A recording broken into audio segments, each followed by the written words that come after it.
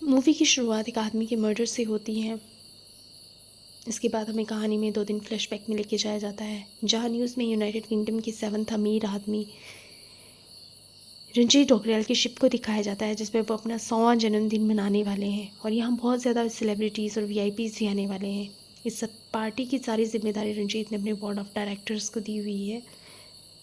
अब हमें मूवी के सारे मेन कैरेक्टर्स को दिखाया जाता है और साथ में रंजीत के बेटे देव को भी दिखाया जाता है। मूवी में आगे रंजीत की अचानक हार्ट अटैक से मौत हो जाती है।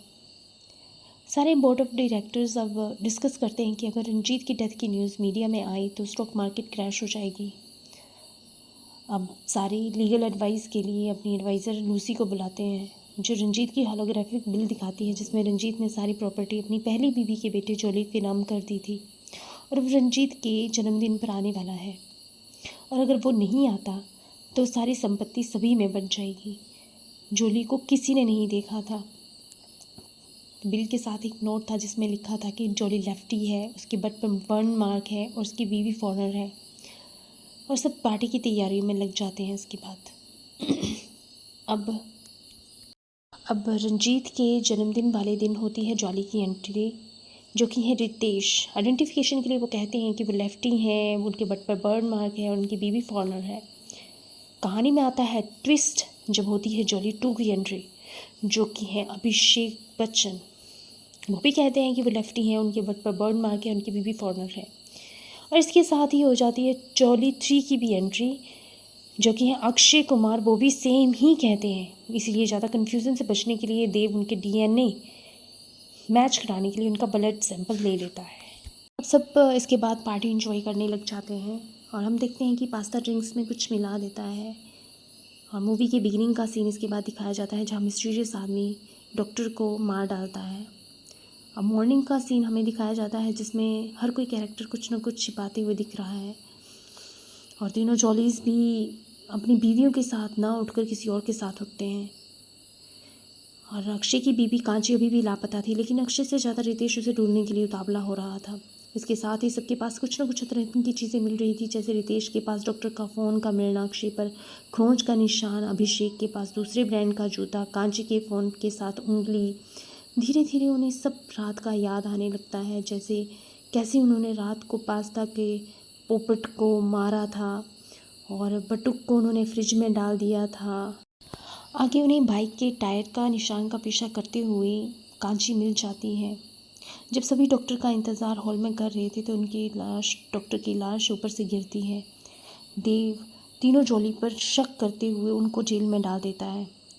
अब जेल में जब वो तीनों जॉली बात कर रहे थे तो उनकी बातों से पता चलता है कि वो तीनों में से कोई भी असली जॉली नहीं है, केवल रंजीत की प्रॉपर्टी हथियाने के लिए वहाँ पर आए हुए थे। अब हमें लंदन में 2 पुलिस वाले भीड़ू और बाबा को दिखाया जाता है, जिनकी वजह से शहर में बहुत ज़्यादा नुकसान होता है और उन्हें सस्पेंड कर दिया जाता है। जब वे सस्पेंड होने का ब्लेम एक दूसरे पर डाल रहे होते हैं, तभी बाबा को उसकी एक्स वाइफ माया का फ़ोन आता है, जो कि उसको डॉक्टर की मर्डर की इन्वेस्टिगेशन करने के लिए बुलवाती है। सस्पेंड होने के बाद भी वो अपने आप को प्रूव करने के लिए वहाँ जाने के लिए तैयार हो जाते हैं। पकड़े जाने के डर से तीनों जॉलीज जेल से निकलकर रंजीत की लाश को समुद्र में फेंकने का प्लान बनाते हैं, लेकिन उन्हें बड़ी मुश्किलों का सामना करना पड़ता है। दूसरी ओर तीनों लड़कियां भी जॉलीज के ब्लड सैंपल्स को डिस्ट्रॉय करने के लिए लैब में पहुंच जाती हैं, लेकिन वहां बेदी को देखकर वो छिप जाती हैं। वो कुछ डॉक्टर की पॉकेट में रख रहा था, जिसे वो रिकॉर्ड कर लेती हैं। तीनों जॉलीज रंजीत की लाश को कबर्ड में छिपा देते हैं और वहाँ तीनों लड़कियाँ आकर उन्हें बेदी के बारे में सब बता देती हैं। वो तीनों पूरे कॉन्फिडेंस के साथ बिना देखे बेदी की लाश को रंजीत की लाश समझकर पुलिस के सामने पहुंच जाते हैं और सब बताते हैं कि बेदी किलर है, लेकिन बाद में वो बेदी की लाश अपने साथ देकर चौंक जाते हैं और पुलिस वाले उनको फिर से जेल में डाल देते हैं। तीनों जॉलीज से अलग अलग पूछताछ करने के बाद भी पुलिस के हाथ कुछ नहीं आता। आगे वे अपनी इन्वेस्टिगेशन में देव को किलर पाते हैं। अब तीनों जॉलीज बाहर और देव अंदर। दूसरी ओर अक्षय भी किलर को पकड़ने के लिए कोशिश करता है। उसे अपनी इन्वेस्टिगेशन के दौरान डॉक्टर के मर्डर स्पॉट पे एक डायमंड मिलता है, जो कि कैप्टन की रिस्ट बैंड का था। यानी कि कैप्टन किलर हो सकता है, लेकिन उसे भी अंधेरे का फ़ायदा उठाकर कोई मार डालता है। और जब लाइट आती है तो बॉडी भीड़ू और बाबा पकड़े हुए थे। वो बड़ी बड़ी फेंक रहे थे कि उन्होंने किलर को पकड़ लिया, ये जाने बिना कि वो मर चुका है। तभी इंटरपोल चीफ दगड़ू की एंट्री होती है और वो उसके सामने भी बड़ी बड़ी फेंकते हैं कि उन्होंने किलर को पकड़ लिया और इंटरपोल चीफ ने यहाँ आकर अपना टाइम वेस्ट किया है वगैरह वगैरह, ये जाने बिना कि वो मर चुका है। अब देव जेल के बाहर और वो दोनों जेल के अंदर। थोड़ी इन्वेस्टिगेशन के बाद दगड़ू ने सबके डार्क पास्ट को उनके सामने लाकर रख दिया और सब डर गए। जूलियस के उकसाने के बाद देव दगड़ू को मारने के लिए उसके कमरे में पहुंच जाता है, लेकिन असली किलर देव को मारकर वहां से भाग जाता है। अक्षय और उस किलर के बीच में थोड़ी लंबी चेजिंग होती है और उसके बाद असली किलर का चेहरा दिखाया जाता है। वो होता है जॉली 2 यानी कि अभिषेक। दूसरी ओर देव जो मर चुका था वो दगड़ू को मारने के लिए उठ खड़ा होता है और उसको मारने की कोशिश करता है, लेकिन दगड़ू उस पर कंट्रोल पा लेता है और उसे लेकर सबके पास पहुंच जाता है।